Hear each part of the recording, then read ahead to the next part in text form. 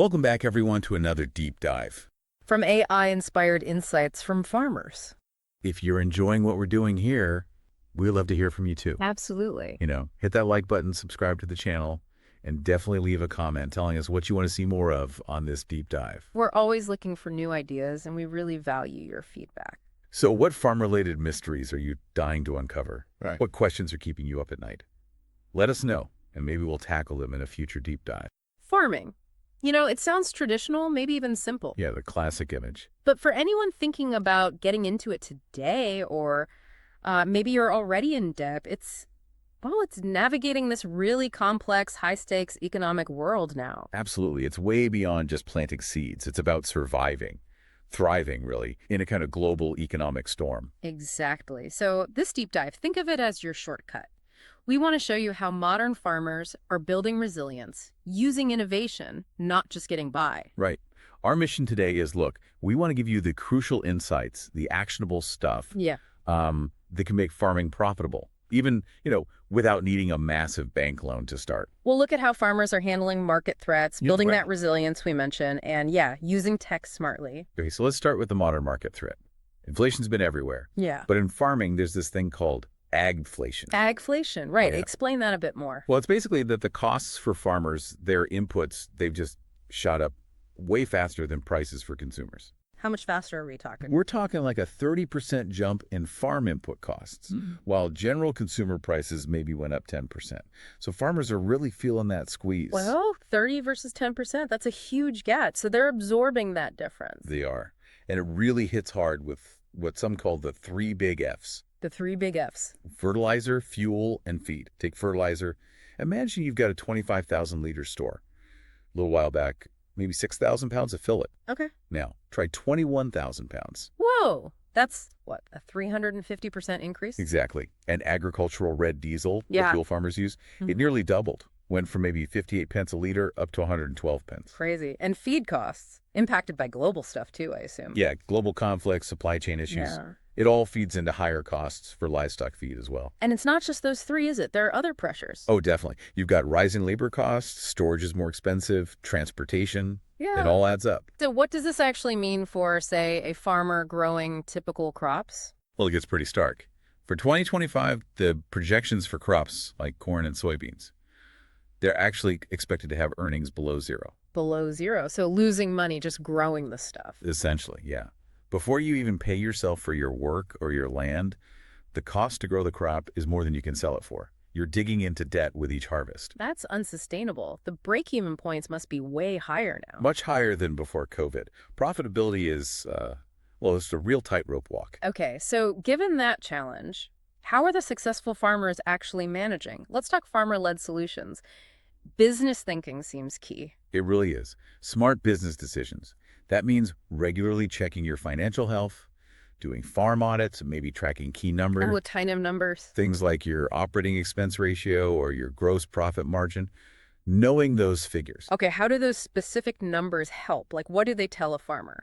Good question. So the operating expense ratio, it tells you how much it costs to run the farm for every dollar you make. If it's high, maybe you're inefficient somewhere. Right. And gross profit margin shows what's left after the direct costs of producing your crop or livestock. Tracking these helps you see if you're heading into trouble, or maybe where you could cut costs or boost revenue. Even just a simple spreadsheet for a small farm could work, like tracking fuel month to month. Absolutely. Doesn't have to be a massive formal audit. And it also means really understanding market demand. What should you actually be growing or raising? Which leads nicely into diversification and flexibility, I guess. Exactly. Don't put all your eggs in one basket. It's the classic advice for a reason. So mixing things up, not just the big cash crops. Yeah, maybe mixing traditional crops with some high-value niche things, like microgreens or maybe heritage breeds of livestock. Plus, think about crop rotation that helps soil health, too. And what about adding value, like making products from the farm output? Big potential there. Making jams, artisanal cheeses, things like that.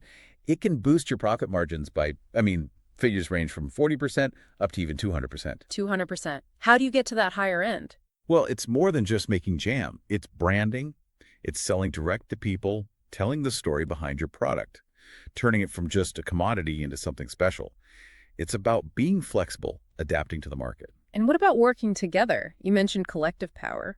Cooperatives? Yes, farmer cooperatives are crucial. Their business is owned by the farmers themselves. How do they help specifically, like with those high fertilizer costs? Okay, so they let farmers pool their resources. They can buy inputs like fertilizer in bulk, which means better prices, less chance of being price gouged. Buying power. Exactly. And they help with selling too. They can consolidate produce from many farms to get better prices and access bigger markets that a single small farmer maybe couldn't reach alone. Market access is often the #1 reason farmers join. Plus, it shares the risk. That makes a lot of sense. Strength in numbers. Okay, let's shift to technology. Tech for tough times. Sounds pretty essential now. It really is becoming essential, not just optional. Precision agriculture is a huge part of this. GPS-guided tractors and things like that. Yeah, and drones too. Using tech for what's called variable rate application. Variable rate. Meaning you're not just spraying fertilizer evenly everywhere. You use sensors, maybe soil sensors, to see exactly where it's needed and apply only that amount, only there. So, targeted application. Does it save much? It can cut input costs by up to 15%, less waste, better for the environment too. And resource management? Water use? Right. Soil sensors again, satellite images to map fields in detail. And smart irrigation systems using IoT, Internet of Things tech. How much water can those save? Some systems can cut water use by 30%. They water precisely when and where it's needed based on real-time data. But is this tech, actually affordable? Especially for smaller farms? Is there a big barrier to entry? That's a really important question. Look, some of the high-end gear is expensive, no doubt, but things like farm management software, that's becoming much more accessible. Software to track everything. Expenses, inventory, crop performance. Yeah, in real time. And often it's software as a service, SaaS. So you pay a subscription, which can be more economical and scalable than buying big systems outright. Okay, so software is a good entry point. Definitely. And even simpler things help with costs, like just keeping your tires properly inflated on tractors, doing regular maintenance, using GPS steering to minimize overlap when working fields saves fuel. Small things add up. Okay, so pulling this together, if you're listening, maybe new to farming or wanting to improve, Right. What can you actually do today? Start small, but think big. Don't try to change everything at once. Maybe focus on 1 or 2 things first. Like what? Like doing a basic farm audit, just tracking your main costs. Or even just keeping a notebook to track fuel use. Simple steps. Practical steps for profit. Soil testing is a big one. It tells you exactly what fertilizer you need so you don't overspend. Look into bulk purchasing.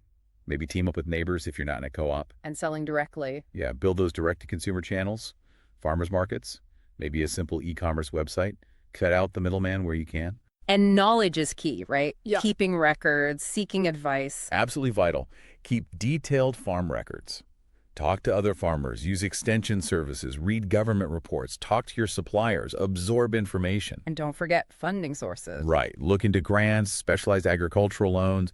There's support out there if you know where to look. Okay, so to wrap up, it's clear that navigating modern farming takes a mix of smart business thinking, embracing technology, and building that community resilience. That's it. And what's really interesting, I think, is how many of these strategies for hedging risk don't actually need huge amounts of capital up front. Right. So maybe a final thought for our listeners, a kind of checklist. Yeah, exactly. If you're an aspiring farmer or looking to tighten things up, think about this checklist. First, rigorous farm record keeping and auditing know your numbers. Second, strategic crop diversification spread that risk. Third, get involved with producer groups or cooperatives, share resources, gain power. And fourth, implement precision ag techniques.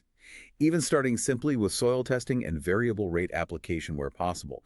These things really optimize your inputs without breaking the bank. That's a great actionable list. Rigorous records, diversification, group power, and precision techniques. Lots to think about there. Definitely. So we really encourage you to consider how these insights might apply to your own journey in farming. Keep learning, keep exploring. We hope this exploration has been valuable. Thanks for joining us on The Deep Dive. Hitting that like button and smash that subscribe.